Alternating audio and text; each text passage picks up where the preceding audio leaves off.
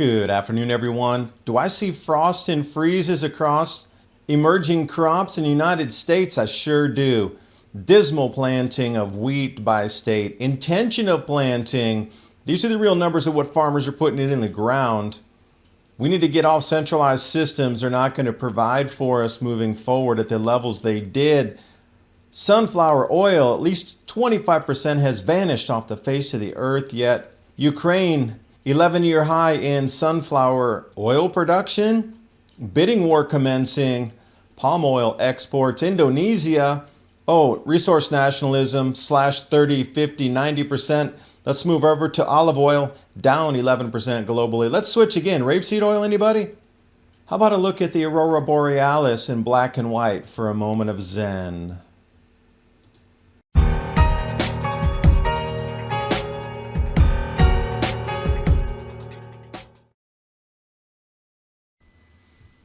What did your mornings look like before you subscribed to the Morning Brew? Aimlessly browsing social media? Or were you getting up to speed on business, finance, and tech in just 5 minutes? Relevant and informative. And I continue to follow the food and beverage news, the shortages, the bottlenecks in the supply chain, and I can get all of this information in the Morning Brew daily newsletter.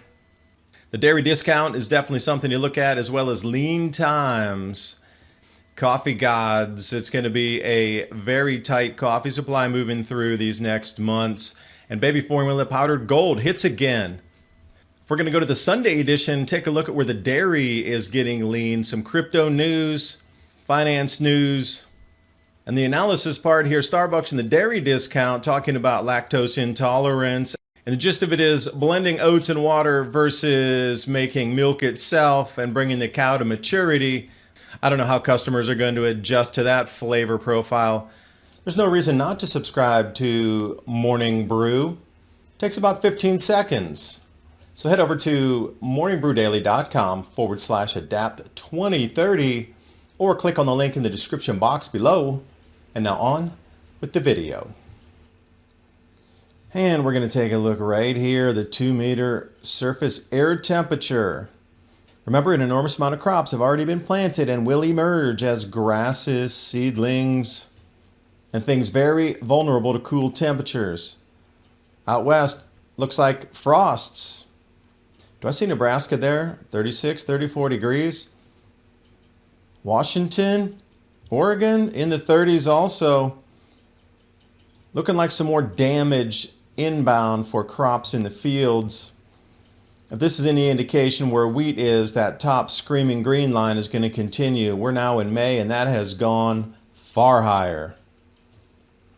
So I had a couple people ask the exact same question about this chart because I showed a corn emergence chart which was very different percentage-wise from what this is. This is the spring crop planted, but this is the intention of farmers on what they're going to put in the fields.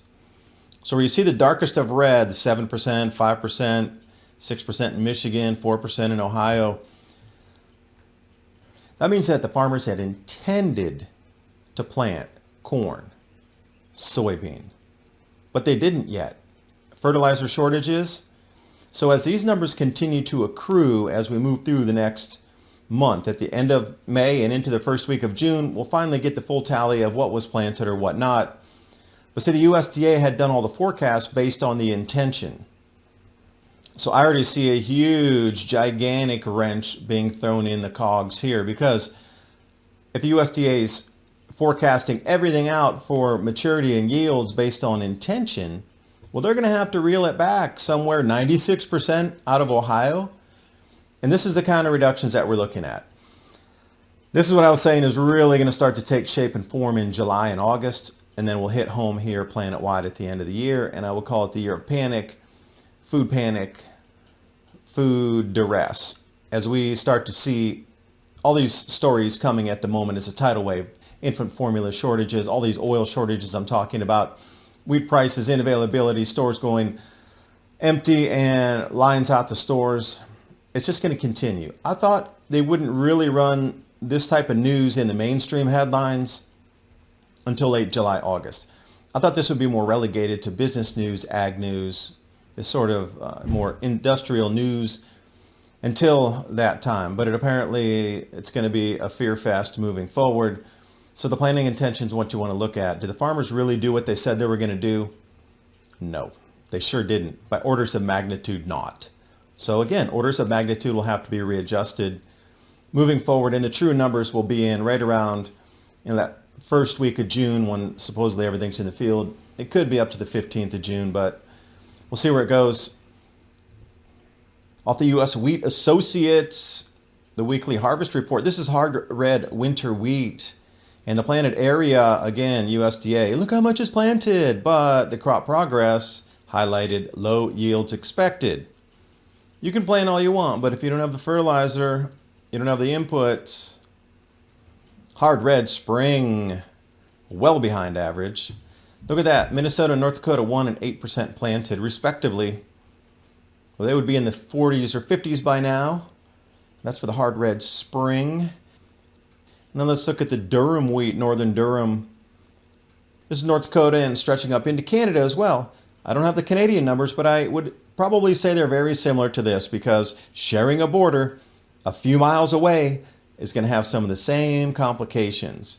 Look at this, they're only 3% planted. And the emergence in Montana, only 1%. These numbers that we're seeing are catastrophic.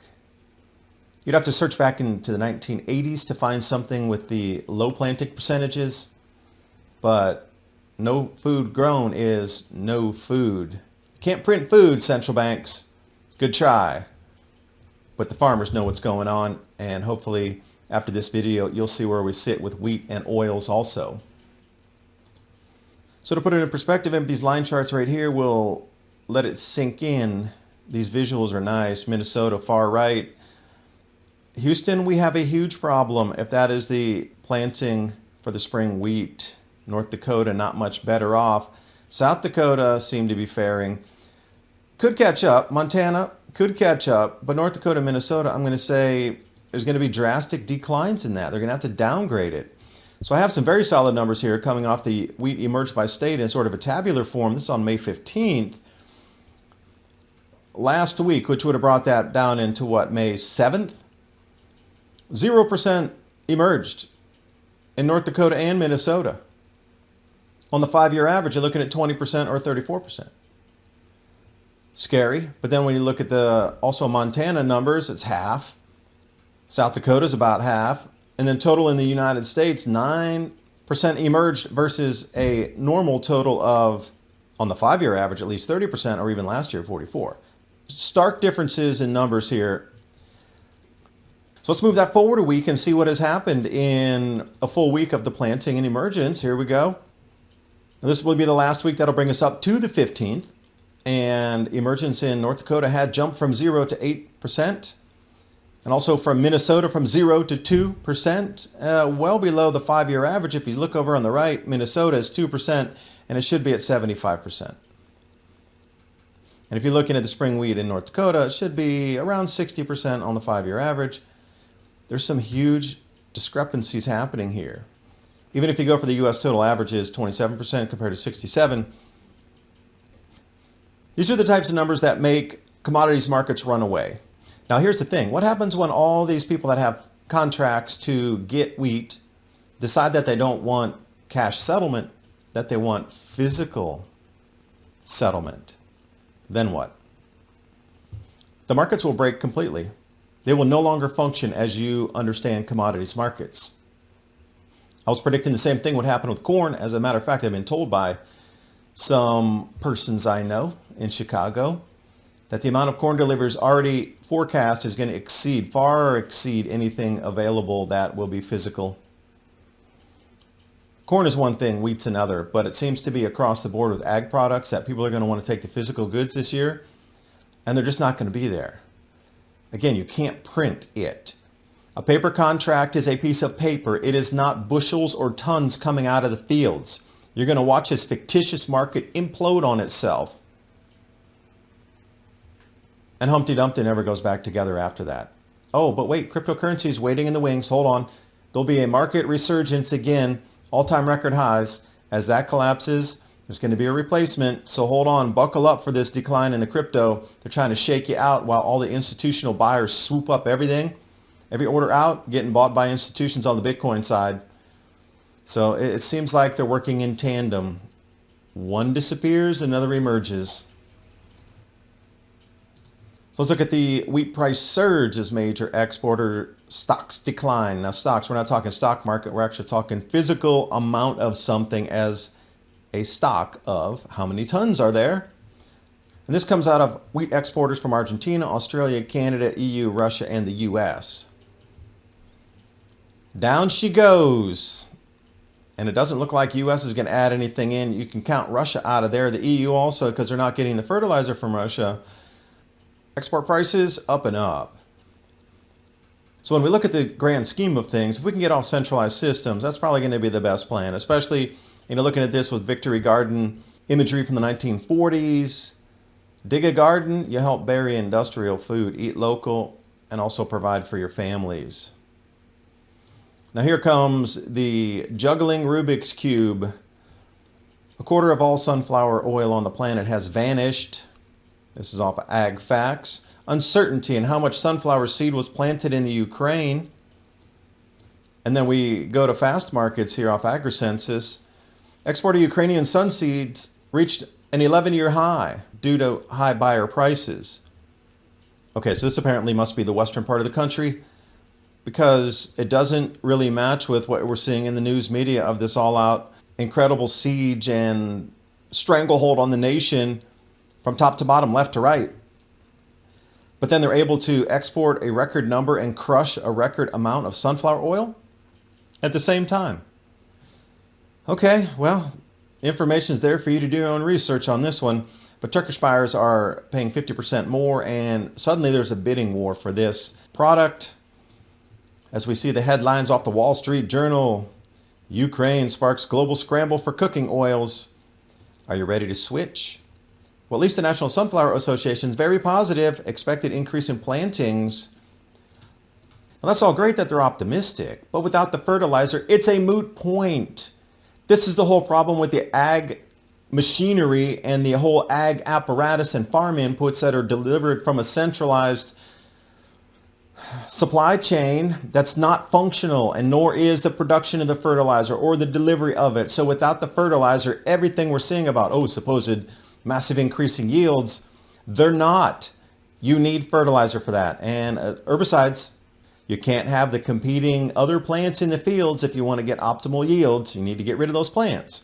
So now we don't have the herbicides at the level we need or the fertilizer.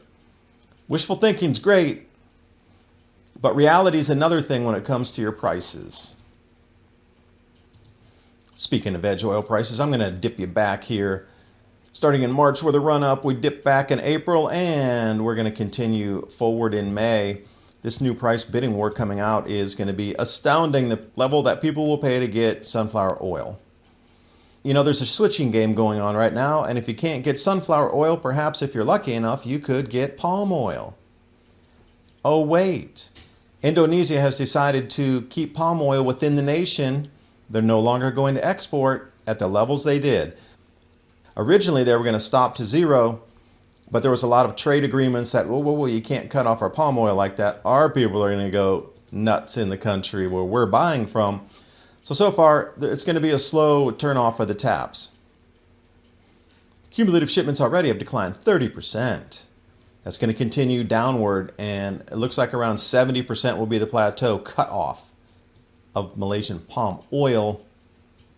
And then we look at the exports slashed already, and that'll continue down 5 million tons or so is what I saw, some numbers, but again, it keeps changing depending on the external pressure politically. So then that leaves us rapeseed oil, which comes from Canada, which is also having a problem because of the fertilizer. So we're in this spiral here, disruption after disruption. But I guess we could switch over to olive oil. See, we're going down to the fourth oil now. Now people are going to do the same exact thing, but it declined 11% globally and has continued and forecast downward from here. Now, it doesn't require as much fertilizer, obviously. There are established trees, but you can see the tightening stocks here. EU, that's the production center. So if we swing wide out into the United States, Turkey, Morocco, Algeria, In the rest of the world, ROW, that 22%, is a very far away from that dark green in supply. Now, you can change supply all you want.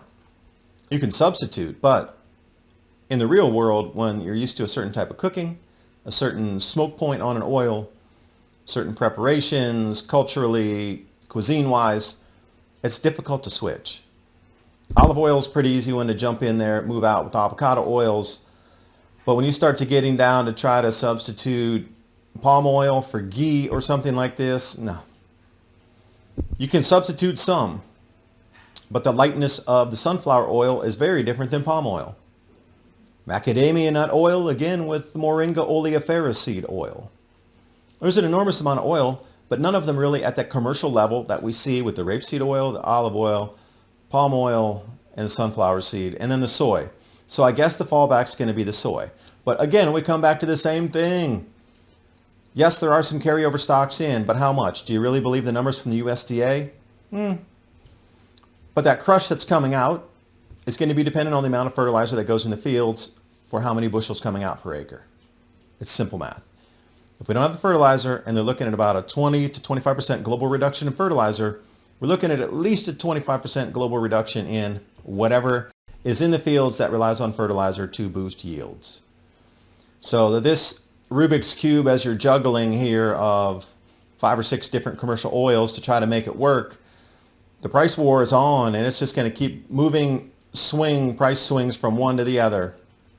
As people switch out on the commercial level, the price will drop. But as they get in, it's going to run up and then it'll drop. We're going to see the same sawtooth pattern again and again, and it's going to run through every single commodity.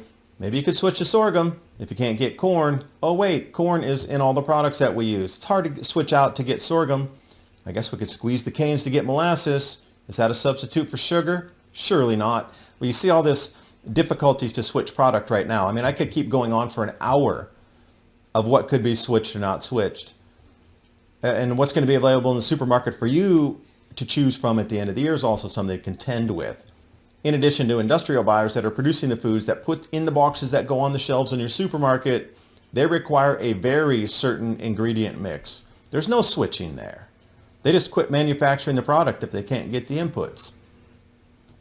In a moment of zen after the madness, Hudson Bay. This is February 4th, the Aurora Borealis. I hadn't seen this black and white photo of it before. Stunning.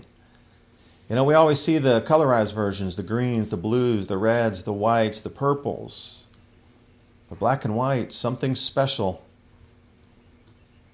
And during these uncertain times, we are going to need to think about storable foods. My Patriot Supply and Adapt 2030, 3-month emergency food supply, 25-year shelf life. And by having this, you can avoid the chaos of going out if there are disturbances in cities, which are forecast for anytime after August, September, and definitely October. Really want to think about getting some storable food, bulk storage if you can. Hope you got something out of the video. I'll bring you another video in the next day or so. I thank you for watching. Please share this with your friends and family to bring them into the discussion. I know a lot of people don't want to talk about this. It's too difficult. It's too scary. I understand that.